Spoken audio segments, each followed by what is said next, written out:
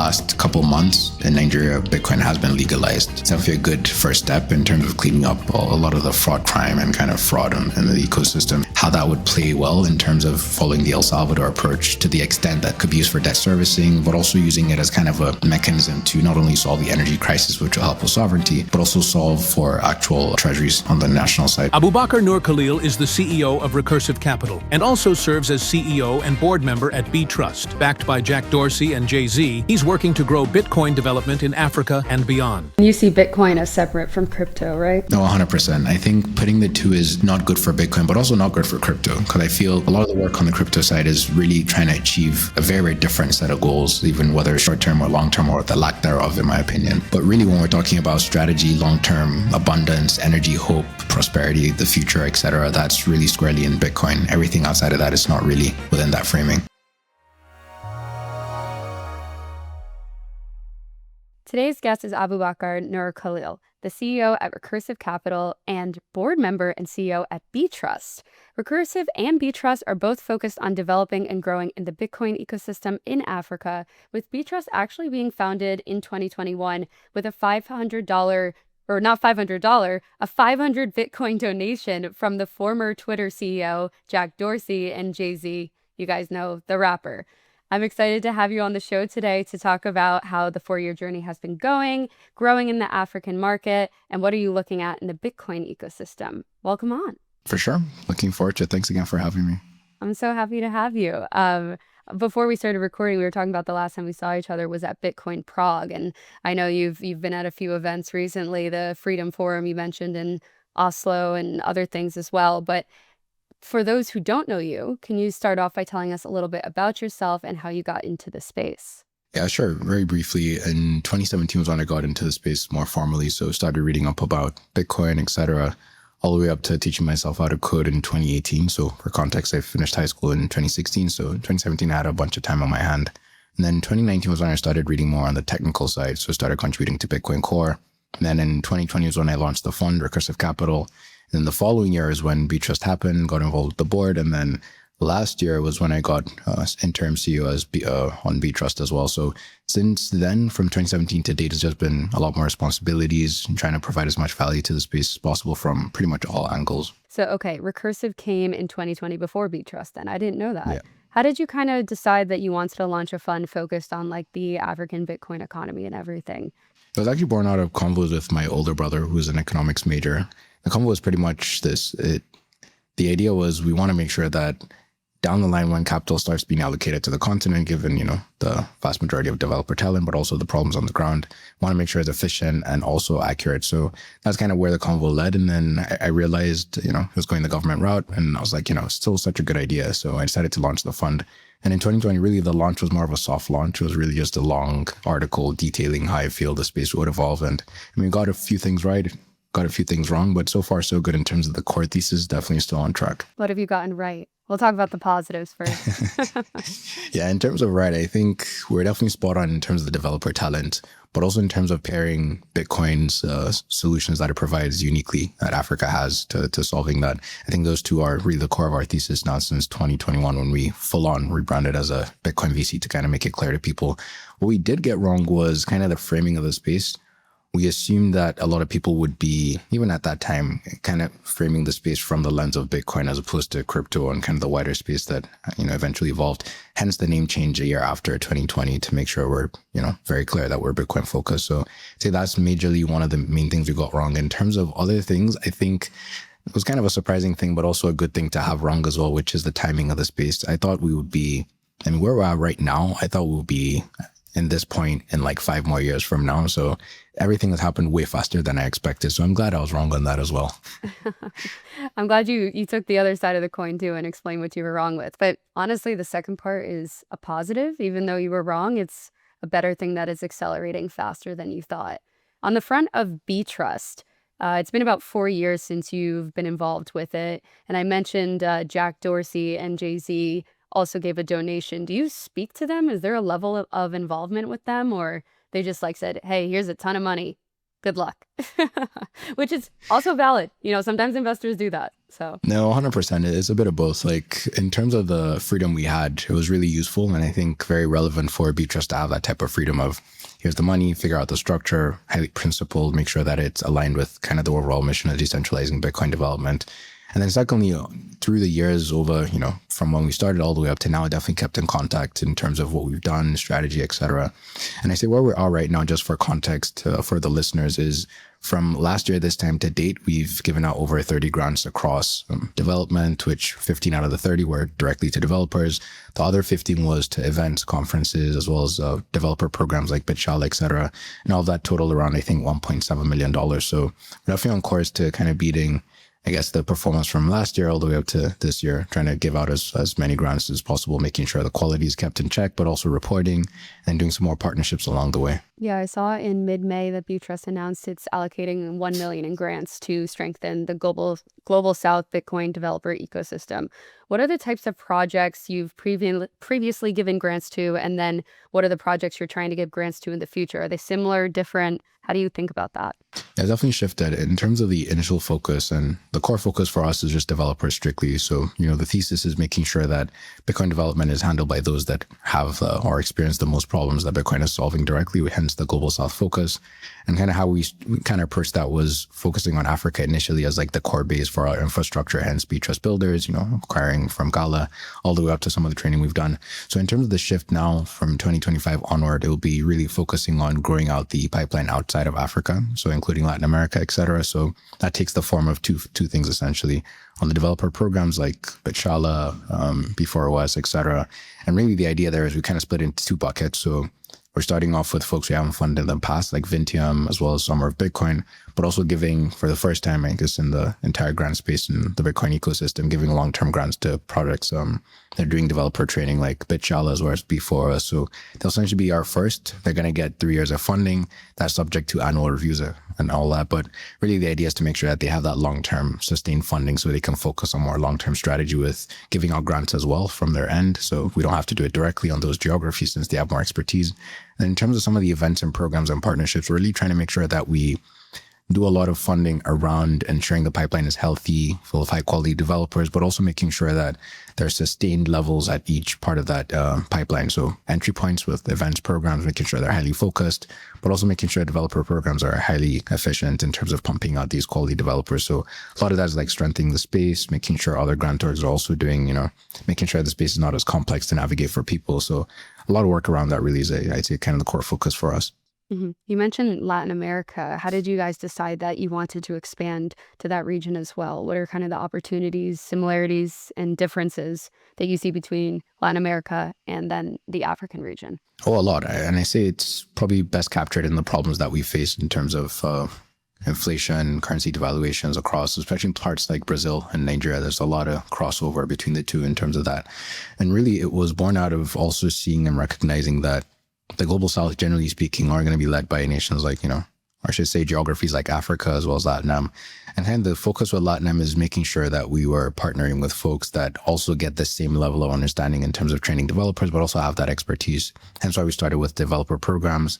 Initially, we also did some conferences and events as well, just to make sure that that pipeline is kind of healthy to feel what was going on really there. So that's kind of where we went in. And in terms of the dev focus, like they also have and kind of mirror our pipeline of having starter grants, short term, 6 months, they get paid monthly through Bitcoin all the way up to long term. So a year plus, et cetera, also monthly through Bitcoin, et cetera. So that's kind of what the strategy is, trying to make sure that we have mirrored pipelines, but also catering to the local geography to make sure that things go as planned. Do they want to get paid in Bitcoin? Oh yeah, a lot of people do, especially on the ground, because they kind of arbitrage on two fronts. So if they get their salaries in Bitcoin, they're also battling inflation, but also making sure that they go from Bitcoin to USD. That's a huge jump. And then from that to the local currency is kind of a double hop. So definitely a lot of benefits. Yeah. Okay. Why focus solely on Bitcoin and no other cryptocurrencies?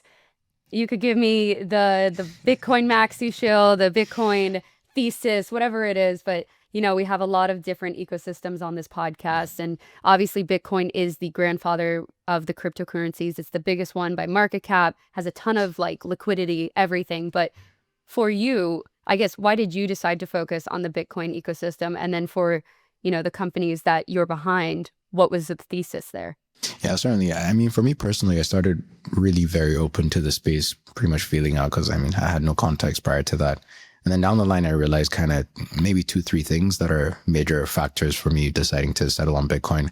One primary one is on the technical side. Like as I started getting more understanding and kind of grasp on computer science, what are hard problems, what are not hard problems, etc., it became very evident to me that the tether Bitcoin has to the actual natural world through physics via Bitcoin mining and some of the general principles on the technical side and the architecture that tries to at least make sure the trade-offs are skewed towards ensuring further decentralization, but also resilience and anti-fragility is kind of one of the main factors compared to other chains where that kind of goes into the second point, which is a lot of promises around Bitcoin on-chain is super slow, which even in comparison to some L1s right now is pretty competitive still. But nonetheless, the idea is that it's still slow and Bitcoin is too expensive for people to get involved. So buy my chain X, we're way faster. But then underneath what is not advertised is that a lot of the trade-offs are towards centralizing it, hence why it's going to be that fast on the L1 side. And in terms of the competition on L2, I think Bitcoin has proven itself with the Lightning Network, Cashew, and some of these other frontier technologies that it's not only here to stay, but it actually works even more effectively than some of these other chains. So I'd say those two are kind of the major ones. And the last one really is for practical reasons. So having been involved in this space, I've seen job security be, only a thing in the Bitcoin space, to be honest with you. I'm sure a lot of folks that are aware of the crypto space are typically having convos around, I'm at company Y, going to company X next. There isn't really that stability. And I see this for the first 2 reasons, but also because long-term, if you don't have enough stability on the L1 layer and in terms of the builder community, you're really going to have a hard time in terms of narrowing down what the focus is and kind of planning ahead with foundations all the way up to, next 5-10 years in terms of strategy, how to play around. And then more strategically, I see on the fund side, a lot of what we saw over the last few years has been not only this deep focus be further explored by developers on the ground, but really resonating with people on the ground, whether it comes to instant payments, having that decentralization, and also that lack of censorship. But also more importantly, the last, I see maybe 18 months has been on the Bitcoin mining side, where we now have an avenue for electrification really through that process. And that is something that's impossible to do with other chains and other ecosystems. So I say definitely that focus has been huge on both the personal side and the investment side. In terms of Btrust, really the way we look at it is pretty simple. We want to help Africa. We want to help, other regions than the global south. And the primary way we can do that is through a technology that solves one of the fundamental problems of human societies, which is money. And by doing so, really what we're trying to say is now that we have the solution, we want to make sure that it's still resilient and still around for next generations to enjoy, even at a scale that we're currently not enjoying. And the only way to do that, we feel, is to decentralize the developer base, which is to bring more developers from this part of the world to actually the forefront, dictating not only where the trajectory is, but making sure they're kind of guardians to ensure everyone else around the world benefits. So I think that's kind of where the thesis is and kind of how I've evolved over time. Mm-hmm. When it comes to the existing Bitcoin ecosystem right now, what do you think are the biggest opportunities from a global perspective? And then maybe we could hone in on the African market. I definitely see the global perspective a lot around Bitcoin mining, Bitcoin treasuries as well, which is something that's had a huge uptake, I say globally. And even looking more locally, I'd say still Bitcoin as a money is a huge use case that is kind of, I guess, overshadowed by a lot of the price action recently and obviously some of the talk on the treasury side. And I think there definitely needs to be a healthy battle between the two. I think there definitely needs to be more emphasis on the money side because that could easily get overshadowed as is happening currently with the price action. But I say on the local front, a lot of people still have the understanding that their money doesn't work right now. Bitcoin works. And you'd like for that to still be the case where they have an actual avenue for them to economically communicate globally and instantly and cheaply. And really, that's what they find in Bitcoin. So I say those are kind of the 3 major things we have, like Bitcoin as a money, the treasury angle, as well as Bitcoin mining. Mm-hmm. Yeah, we had Manib Ali from Stacks on the show, and we talked about the treasury uptick, essentially, not just in Bitcoin, but, with Solana as well. And essentially, I asked him, do you think it's too much? Are there too many Bitcoin treasuries or, too many people buying it as, I don't know, their hedge, or maybe they think they're, different? I would love to hear your take on all of it. And obviously, Michael Saylor is the biggest and the OG one, I would argue, that has really taken on this Bitcoin treasury strategy angle. But do you think it's a good idea? What do you think about it? No, certainly. I think it's a good idea. And it's even more pronounced in areas like Nigeria where, so just to paint the picture for, you and the listeners is, a lot of the fintechs that we have on the ground typically are structured in the US. They have bank accounts in the US, but the challenge with that is all the extant capital that they have, they're sitting in the bank accounts, typically are at risk of being shut down. Mercury Bank had the same issue last year where they essentially rug pulled a bunch of those founders. But the challenge is, rather than having that dormant in bank accounts, essentially they have an avenue now to make that capital productive in Bitcoin.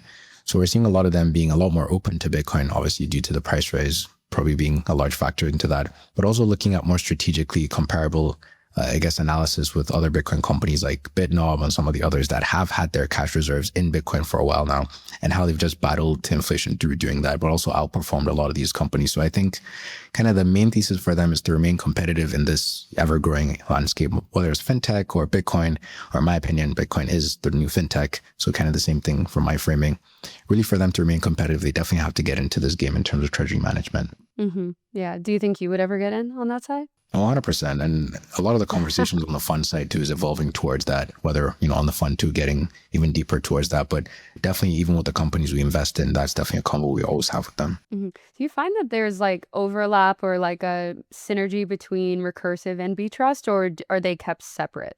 Well, they definitely kept very, very separate because it's easy to get involved with one or the other. But I try to make sure that there's a hard fork in the road, so to speak. And really there is making sure that Btrust is fully on the open source side and kind of demarcating some of the operations that we do so it doesn't blend into the VC side. Because a lot of people early on had that misconception about Btrust essentially being an actual fund seeking returns, and kind of vice versa, to making sure Recursive is still for profit. So engaging all the aspects that Btrust isn't, and vice versa, Btrust doing all the things that Recursive isn't, essentially. Fair enough. Okay. And for both of those, how has the journey been over the years? What has surprised you most about operating and kind of building out both of these companies?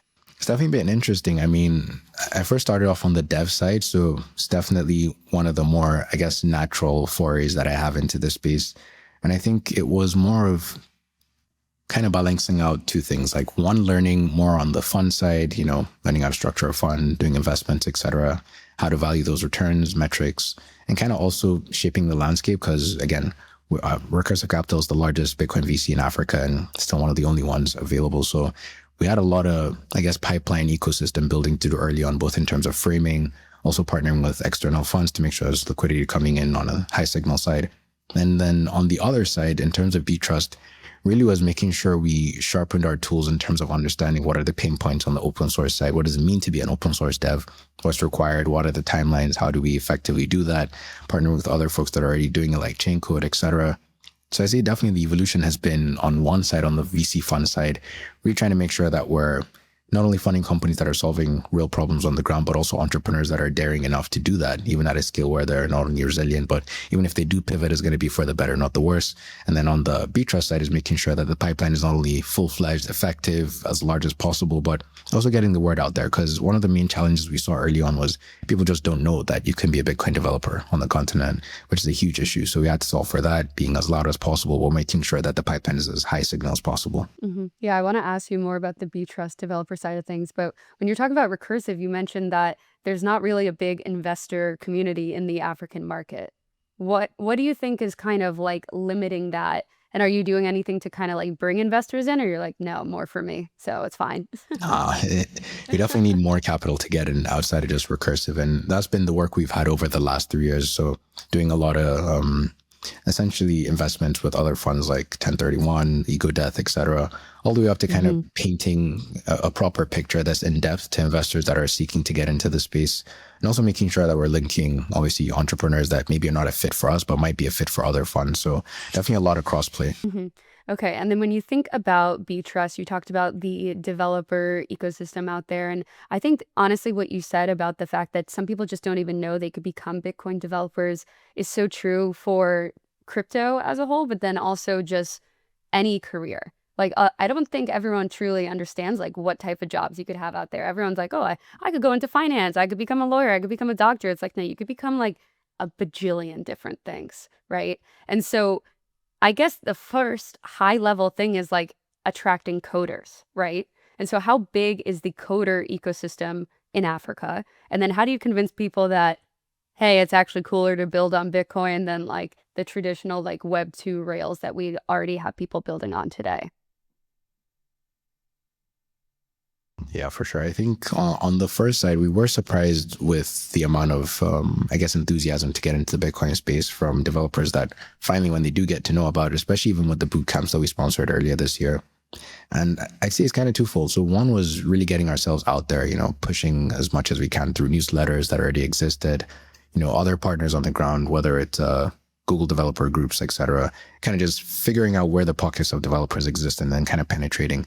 And then on the other side, in terms of kind of the jobs, we have done quite a lot of outreach, both in terms of events, but also some of the online webinars that people host to make sure that they know, one, development is a thing, but also making them know that it's not the only thing in the space. If you're providing value, the good thing with Bitcoin is it's an amplifier and not like a rigid bucket where people have to morph to fit into that. It's kind of the other way around, seeing how Bitcoin fits into your life.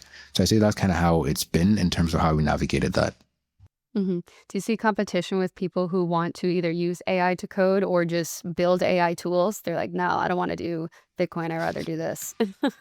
Oh, 100%, always. And again, that's why we take the complementarian approach as opposed to seeing Bitcoin as this large silo that's going to subsume everything else. And for us, really, it's pretty straightforward. We've seen a lot of uptake in people's interest spiking with the AI rise, but also with Bitcoin. So we're seeing kind of the framing that we're painting as, money over internet with Bitcoin. And now, since we have artificial intelligence and some of these generative models, a lot of the work has been building through that, but also having the benefits of Bitcoin on top of that, since it makes the entire process way seamless. So definitely seeing a lot of that. And that's something we'd like to lean into further towards the end of the year as well with our programming. When you do these boot camps and you're talking to all these developers and you finally got them on board, what do they actually want to create with Bitcoin? Do they come with their own ideas, or do you guys kind of tell them like, hey, these are the gaps that need to be filled? You could totally create the next insert problem solution here, right? Or do people come in with their own ideas and they're like, I want to build this and I don't know how to integrate it with Bitcoin? Or is it a mix? Yeah, it's certainly a mix between the two. Traditionally, we had situations where we would kind of paint what are the pain points, and then they kind of pick that through the whole hackathon model. But what we've seen that's more useful is kind of the organic route of having them essentially take a look at this and then build out. So we're definitely seeing people, now that they understand the benefits of Bitcoin, they've seen it, they've kind of used it for a while now, they're really more keen on kind of building for the solutions on the ground, which is perfect for us. So what would you say are the biggest challenges from a geographic and economic standpoint that still exist today within your region? I'd say definitely on the energy side, I think it's kind of an unsung hero in my opinion, where previously it was thought of as like, you could do this, but now it's kind of the primary way of, at least some of the government and kind of the policy guys have been interacting with on the ground, have been seeing kind of framing Bitcoin, which is a lot more productive for us. And just for context, in the last couple months in Nigeria, Bitcoin has been legalized, although as a security, but it's definitely a good first step in terms of cleaning up a lot of the fraud, crime, and kind of fraud in the ecosystem. So we definitely have now kind of a launch pad for us to get from Bitcoin seen as this hostile entity affecting local currencies to being seen more of on the technological side, helping with electrification, etc. But also even on the geopolitical side, like treasury management is not a thing where it stops with companies. We're seeing increased talks really from folks around governments in Africa of how that would play well in terms of following the El Salvador approach, to the extent that, that could be used for debt servicing, but also using it as kind of a mechanism to not only solve the energy crisis, which will help with sovereignty, but also solve for actual treasuries on the national side. So I say that's one of the main issues people have been talking about. And the other one, which I think is going to be a mainstay for us and kind of why I'm excited about this space, is really the Bitcoin as a money angle. For a lot of folks now, we've seen the whole idea of using the Lightning Network for instant cheap payments across different geographies is kind of like maybe if you want to see a proto monetary network for people to actually interact cross-border. I think that's definitely taking off. And I think that's kind of where things should settle, or would settle, in my opinion. And do you think that the kind of interpretation of Bitcoin has gotten better over the years? I would imagine as the price goes up, people maybe like it. And then when it's down, maybe there's a negative connotation. I've seen the headlines as well. How do you kind of handle that when people come to you and say, oh no, Bitcoin's a scam or something? Yeah, I mean, it's kind of straightforward. I think the approach we've had over the years has changed, and kind of the benefits is not really just beholden to some of the work we've done on the ground, but I think some of the excellent work around the continent, but even globally with all the builders around the world. And I think it's gone from price cycle is kind of the major way we vet some of the investor interest, but also local interest too on the developer side. And over the years, a lot of that has kind of started to decouple a bit. Obviously, we'll likely never get to the point where it's full on uncorrelated with the Bitcoin price. But I think a lot more people are seeing it more on a longer term horizon where, previously the convos were Bitcoin is not a thing because the price is low to, Bitcoin is pretty cheap right now, given where I think it could be. Because really the framing for them now, finally, a lot of people are starting to realize that really the price is just a conduit for measuring what the current present value of the whole ecosystem is vis-a-vis something that drives the ecosystem, which was kind of previously how they framed that. And do you think that's something that has shifted like during this market cycle, or that's something that's going to shift after? I think we'll see more after, but it's definitely starting with this cycle. Because for context, I put it this way: when we were at 40K, and even to a certain extent 20K, a lot of people were super, super euphoric when it came to that price action compared to where we're at 100. I mean, now a lot of the convos are like, oh, we're at 104, yippee. This if You're you like, we're at whatever, 40, I yeah. was like, we're at 40. So I'm like, okay, Yeah, definitely think we're starting to get there. that's so true. I think the same exact thing. Like right now, Bitcoin recently just hit like 110 and now it's like wavering around that area. But like this is like even when it was like 60, we were hoping it would hit 70, and now it's like, oh, whatever. Like people don't even think about it. It's crazy. Exactly. But it's definitely Yeah. showing the kind of the maturity of the space where even the US government being involved. I think that's also shaped a lot of the convos to on the ground where people trying to get better deals with the US are also framing pro crypto. So that's definitely a good thing for us all around the ecosystem. So definitely looking forward to seeing how that evolves as well. Yeah. And when it comes to the world of digital currencies and decentralized economies, how do you expect that to grow, let's say in the near term and then also long term? Yeah, I'd say honestly, probably in the next 5 years, the majority of the talk will be probably on the regulatory energy side. And I think in between that, we'll see a lot more catalyzed development around Bitcoin as a money on the continent, but even more innovation on the ground with regards to that aspect. So expect things around, the Cashew protocol, all the way to Lightning, et cetera, probably even novel ways that we're currently completely unaware of. So I say that would cut across both the funding side in terms of developers and, supporting them working on open source protocols to get to that point, but also on the company side as well, seeing even more interesting companies coming out of that.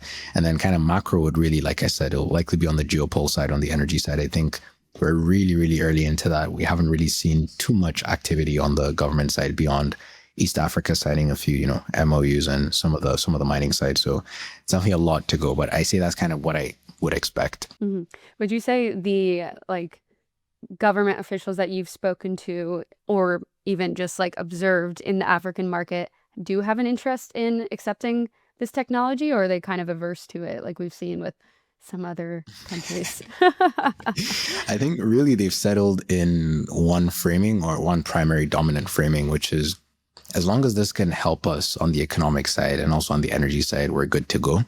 Because really, for a lot of the governments, they already have an agenda to kind of get ahead of the technological advancements, whether it's on artificial intelligence, selling compute, energy, etc. So it's really seeing how that could be well, I guess, how that could merge well with some of the portfolios that they already have in terms of either investments with FDIs, all the way up to some more localized projects that they have, which we've seen, again, in East Africa leading with that. So I say that's kind of how they've been seeing, which is refreshing for us, because I think one of the biggest issues we had previously was the notion that Bitcoin being in crypto and then having the conversation. But now we're seeing some of them see that delineation between Bitcoin and everything else, which is not only healthy, but I think probably the most practical way we can get to the point where everyone is fully accepting of this technology. And you see Bitcoin as separate from crypto, right?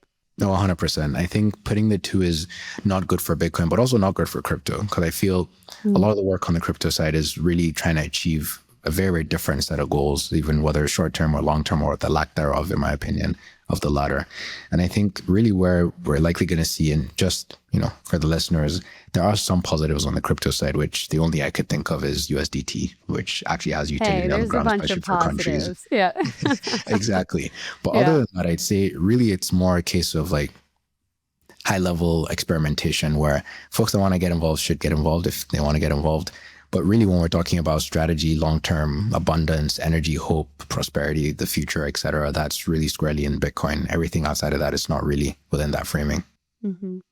Aside from everything we've discussed so far, what else is something that you're paying attention to that you think the listeners should also follow? I'd say how regulation is crafted around the continent is probably something that doesn't immediately seem very interesting, but I would beg to differ for probably two reasons.